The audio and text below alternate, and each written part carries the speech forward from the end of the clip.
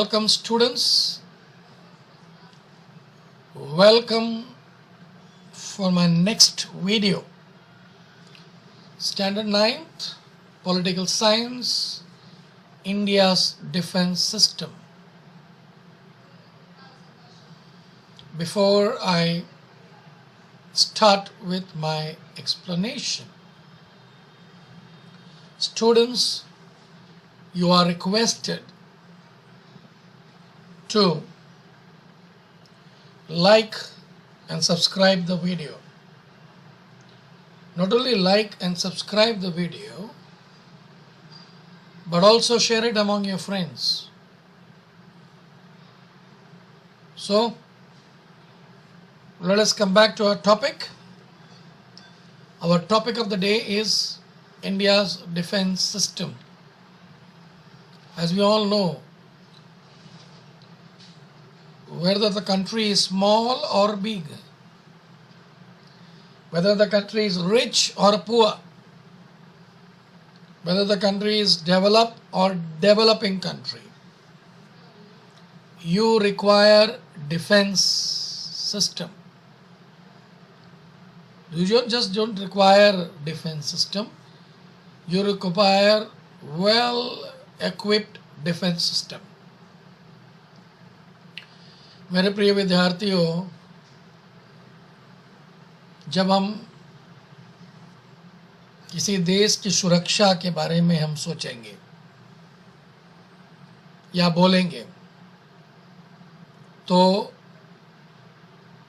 देश की सुरक्षा जो है बहुत अहम है।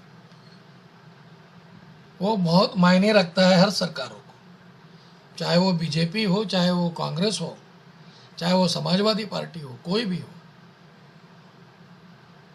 देश की सुरक्षा जो है वो हमें बहुत मायने रखता है, और देश की सुरक्षा के लिए सरकार बहुत कुछ प्रयास करती है ताकि हमारा देश, हमारे लोग सुरक्षित रहे। तो हम देखेंगे हमारे इस पाठ में कि हमारे देश की सुरक्षा के लिए क्या क्या सरकार की नीति है, हमारे सुरक्षा बल क्या क्या कर रही है, ये भी हम देखेंगे इस पाठ में।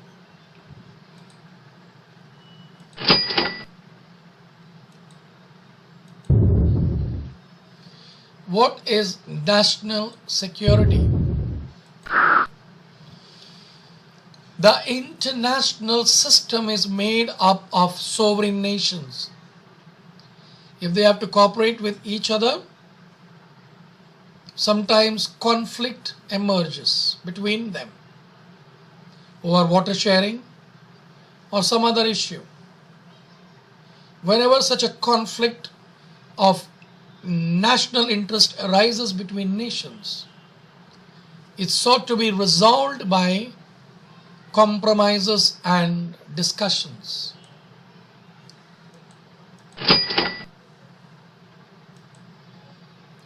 In any situation, a nation's first duty and responsibility is to keep security system always well prepared and ready. This is called national security.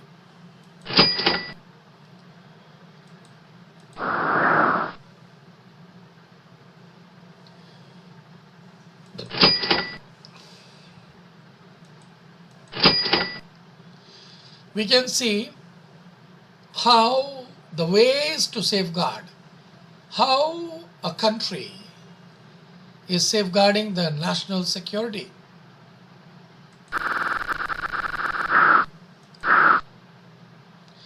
National security is closely connected with the nation's geographical location, as it is endangered by nations with closer to it. It must access the threat to its geographical boundaries and the source of threat. Like I would like to give example of India. India is having more than 5 neighboring countries, and we have touched the borders. We are having borders of several countries like Bangladesh, Pakistan, Nepal, Bhutan, Sri Lanka. So our national security is such that we need to secure our nation, especially geographical boundaries. It can be avoided by increasing its military might by using modern technology, predict the threat, build weapon system, and modernize and update defense forces. Resolving conflict by taking recourse to war, order to safeguard national security, bring internal peace into danger. Hence, some of the nations try to get support of other nations to manage the threat to their national security.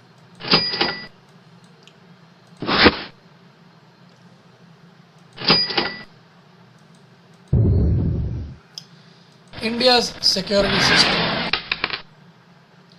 India's security system includes the Army, Navy, and the Air Force, the three forces that defend the country.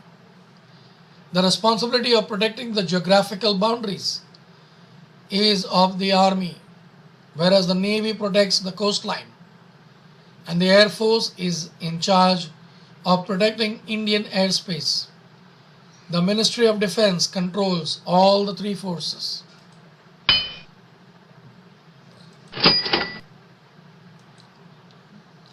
The Indian Army is very big. Our Indian Army is world's 7th largest army in the world. Its chief is known as the General. The chief of the Navy is known as Admiral, while the chief of the Air Force is known as Air Chief Marshal. These three chiefs are appointed by the President.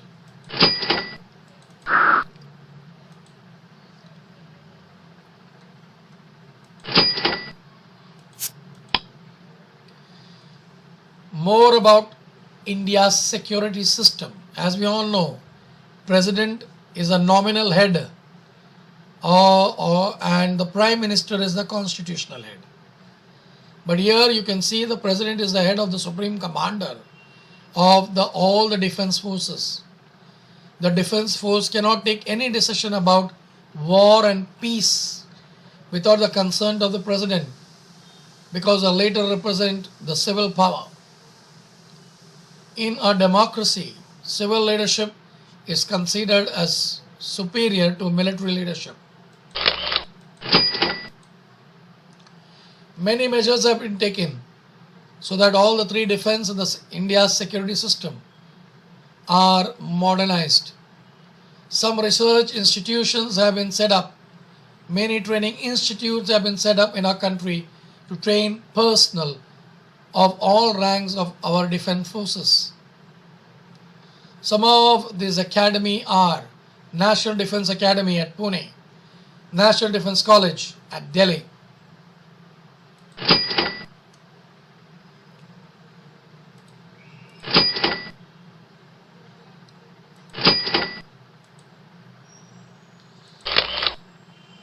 paramilitary forces.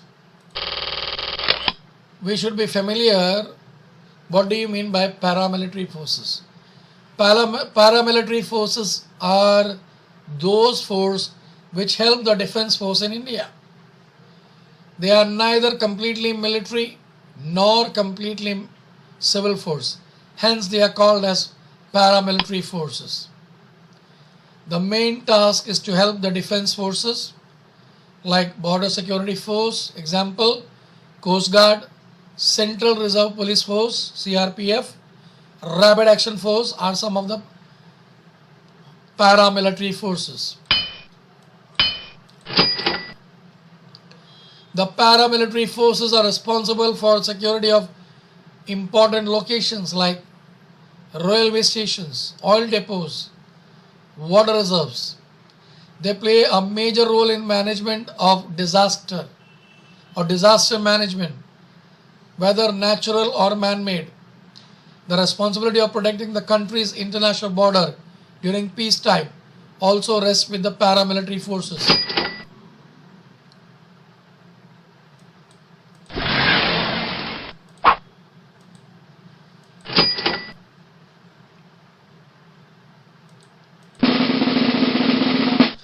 More about paramilitary forces.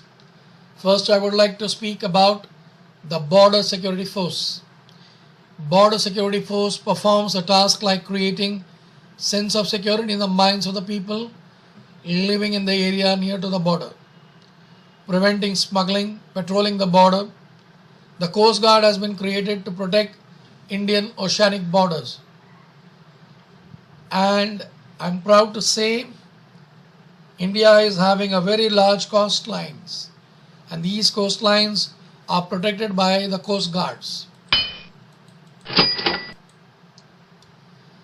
The Coast Guards carry out tasks like protecting the fishing occupation within Indian maritime borders, preventing the smuggling along the sea routes. The other force is the Central Reserve Police Force, that is the CRPF, helps in administration in various states to maintain law and order. The Rapid Action Force. The Rapid Action Force is a task of bringing people's lives to normalcy by moving in quickly in the incident of threat of national security, such as bomb blast and riots. The National Cadet Corps have been established with the purpose of instilling among students to love for the discipline and military training. Boys and girls of students from schools and colleges can join NCC.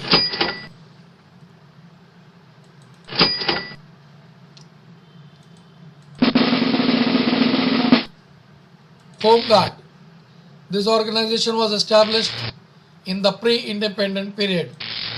Citizen can join Home Guard and assist the defense of the country of any citizen, man or woman between the age 20 to 30 years, and they can join the Home Guard.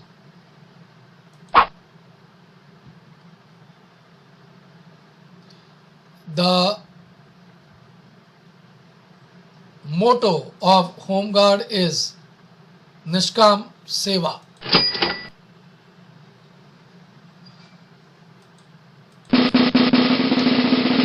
Functions of Home Guard. The first function is they will protect the lakes and waters and also the other essential services during riots, communal riots or strikes. Second one, it helps the people at the time of natural disasters like flood, earthquake, to maintain public security, supply of milk, to regulate traffic.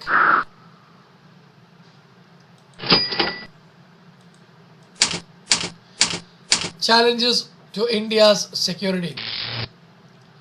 Right from the time of independence, Pakistan and China have tried to threaten India's international security. Dispute like Kashmir issue, water sharing issues, problem of inflictions, borders. India tries to solve the problem through negotiation and discussion. In 1962, war took place between India and China. China was trying to establish its own hegemony over India's neighboring countries. And there was tension in Sino-India relation. There is dispute between India and China over the borders. And my dear students, even today, now we can see China is trying to intrude our borders.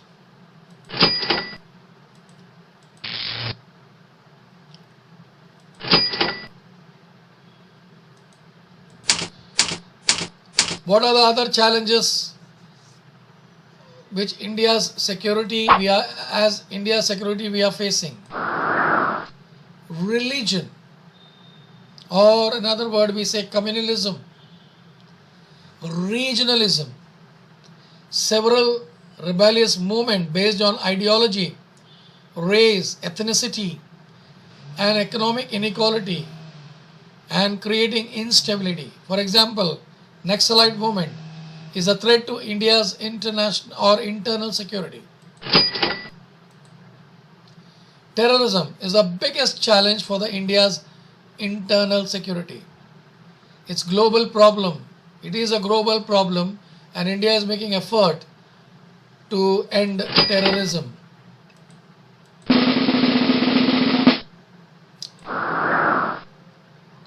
Human security.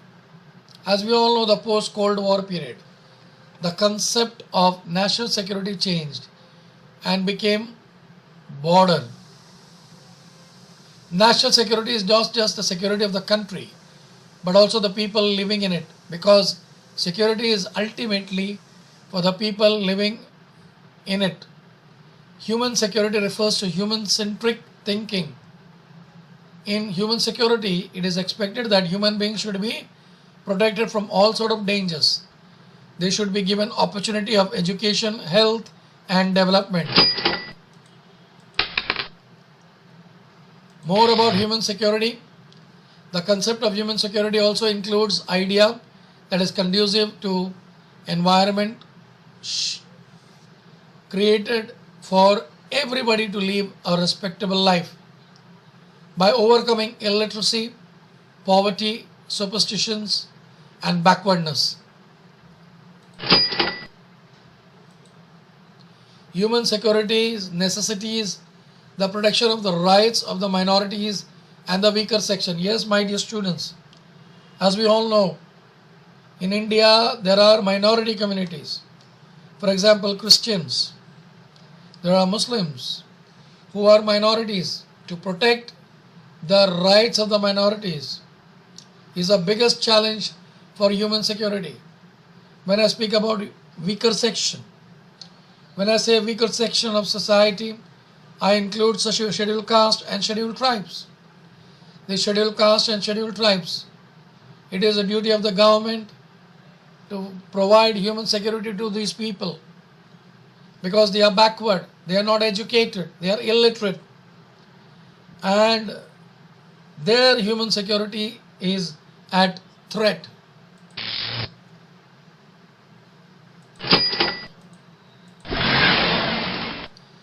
Challenges to human security. The biggest challenge to human security is terrorism. Terrorism targets common innocent people. It aims in creating terror on the fear in the minds of the people. So they begin to feeling insecure. Thus, in order to protect human security, it is necessary to put an end to terrorism. And my dear students, India is one country who is taking the support of the world or the other nations in the world to put an end to terrorism, not only in India, but also in other nations too.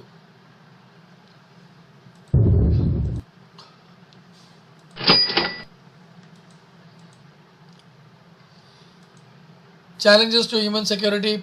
The other challenges are pollution and other changes in the environment have threatened human life.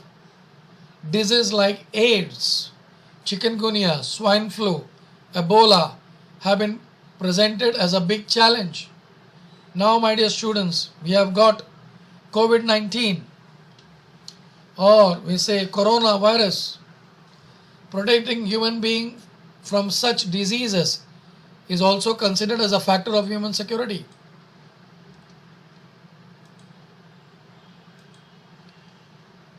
Thank you, my dear students, for your patient hearing.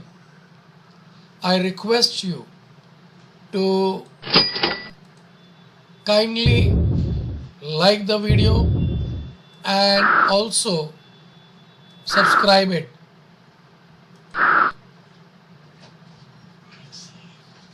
And share.